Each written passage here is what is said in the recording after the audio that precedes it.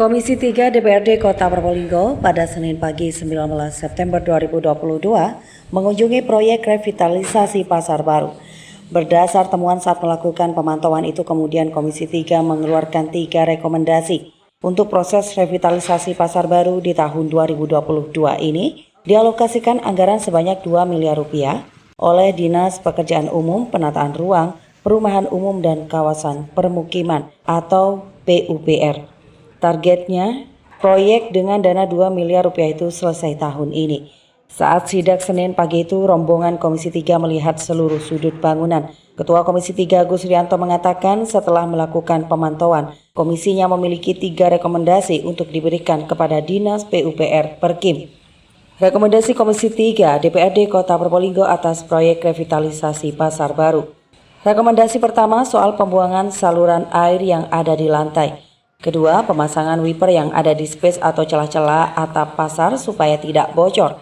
Ketiga, penempatan ulang pedagang kue yang bersebelahan dengan pedagang daging. Sebab menurutnya akan menimbulkan bau tidak sedap jika bedak kue berdampingan dengan bedak daging. Pelaksanaan 3 rekomendasi ini menurut Agus menimbulkan biaya tambahan yang akan didapatkan dari adendum. Hal itu menurut Agus Rianto itu tidak ada masalah. Proyek revitalisasi Pasar Baru ini sedianya dibangun menjadi 2 lantai. Namun pengerjaan lantai 2 tidak ada lanjutan pembangunan. Agus Rianto menjelaskan adanya lantai 2 itu masih menunggu kebijakan pemerintah Kota Probolinggo. Bisa saja status lantai 2 itu muspro atau lenyap. Selanjutnya dengan adanya 3 rekomendasi ini, Agus meminta Dinas PUPR Perkim dan dinas terkait lainnya bisa menyelesaikan sesuai target. Agus juga menyampaikan simpatinya kepada para pedagang yang ditempatkan sementara di jalan karena adanya proyek revitalisasi ini. Alhamdulillah berkaitan dengan anggaran yang 2 miliar untuk tahun 2022 ini sudah dikatakan ada surplus 8%. Dari target 34 sekarang ini menjadi 42. Kalau itunya saya apresiasi kami ya. Namun ada beberapa yang menjadi catatan. Yang pertama adalah berkaitan dengan pembuangan saluran air yang ada di lantai. Itu rekomendasi komisi. Terus yang kedua, yang ketiga adalah berkaitan dengan pemasangan wiper ya, yang ada di space. Ini kalau hujan kan masuk nih. Iya. Itu ya. Terus yang terakhir, ini nyeleneh sendiri nih. Ini daging kumpul sama kue. Kalau dagingnya bau banyak lalat, terus lalatnya ke kue, siapa yang mau beli? Kan kasihan penjualnya.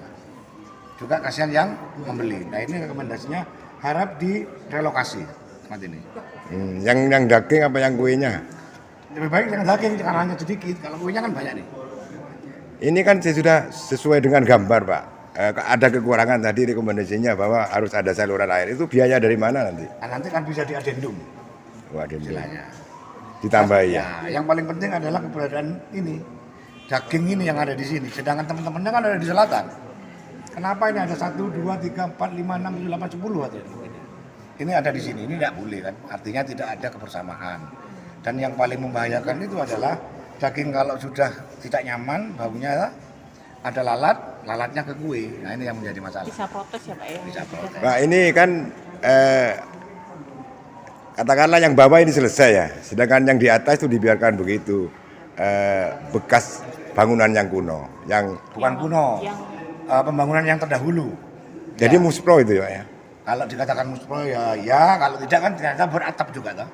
Itu nanti dibiarkan begitu Pak? Ya nanti tidak tahu kebijakan pemerintah bagaimana. Pak, kalau dari Dinas PUPR kan target selesai tahun ini, dengan 3 rekomendasi itu bagaimana Pak? Ya harus selesai tahun ini, tidak ada permasalahan toh. Toh itu ada anggarannya sendiri. Misalkan buat saluran itu kan di adendum berarti kan ada anggarannya sendiri. Kan bisa nambah pegawai. Dari selisih penawaran itu. Tidak ada masalah. Yang penting bagaimana niat baiknya untuk menyelesaikan ini karena kasihan Jalan Niaga dan Jalan Siaman. Sementara itu, Kasih Pejabat Pembuat Komitmen pada Dinas PU Perkim Rahmat Kurniadi mengatakan 3 rekomendasi itu akan ia rapatkan kembali dengan kepala dinasnya. Tentang rekomendasi penataan ulang bedak akan disampaikan pada Dinas Koperasi Usaha Mikro, Perindustrian dan Perdagangan atau DKUPP. Targetnya adalah 42,5% plus 8. Jadi kita sekitar pertengahan November kita sudah 100% pekerjaan. Tanggapannya Pak tentang rekomendasi dari DPRD tadi? Ya kami nanti akan merapatkan kembali dengan tim teknis, baik perencana, pengawas untuk membahas terkait dengan permasalahan tadi yang direkomendasikan. Yang kekurangan itu aja, saluran air itu. Iya, seperti itu. Itu biayanya dari mana? Nanti kita adendum, kita ajukan adendum terkait dengan kekurangan. Pak, terkait dengan usulan untuk relokasi pedagang ini bagaimana nanti disampaikan ke DKUPP atau bagaimana? Iya, nanti setelah 100%, jadi kami akan bersurat ke DKUPP untuk segera merelokasi kembali ke tempat yang sudah kami siapkan.